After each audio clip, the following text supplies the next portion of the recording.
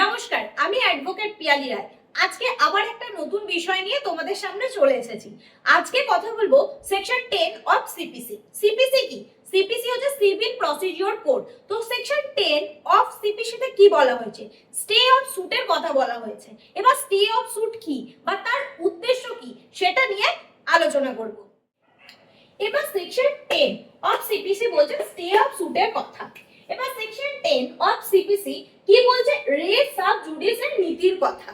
এর মানে হচ্ছে একই পক্ষের মধ্যে যখন একই বিষয় নিয়ে আদালতে কোনো মামলা পেন্ডিং থাকবে, তাহলে সেই একই বিষয় নিয়ে অন্য কোনো মামলা ট্রায়াল চলতে পারে না, অর্থাৎ আদালত সেই ট্রায়াল করতে পারে না। এবার আসছি এসেনশিয়াল কন্ডিশনের কথা।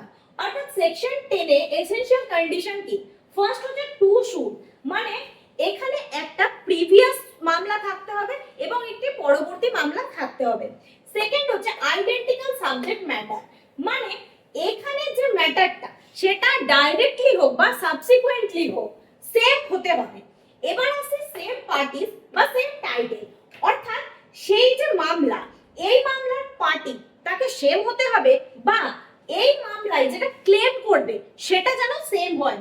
এবার আসছে কম্পিটেন্ট কোর্ট, মানে হচ্ছে এখানে যখন মামলা করা হবে তখন তাকে এমন একটা আদালতের অধীনে আনতে হবে যেখানে আদালতের বিচারাধীন করার জন্য সেই আদালত সক্ষম হয়। এবার আসি সেকশন 10 এর কি হাইলাইটস কি কি।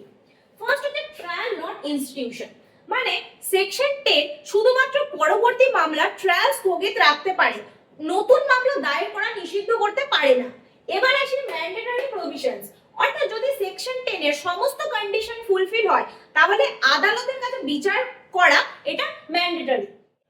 এবার আসি ফরেন শুট এক্সেপশন, মানে হচ্ছে যদি কোনো বিদেশি আদালতে কোনো মামলা বিচারাধীন থাকে তাহলে ভারতীয় আদালতে সেই মামলা বিচার করার জন্য বাধ্যপ্রাপ্ত হয় না।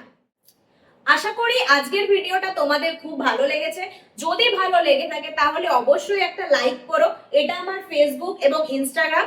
যদি তোমাদের ভালো লেগে থাকে আমাকে অবশ্যই সাবস্ক্রাইব করো এবং ফলো করো।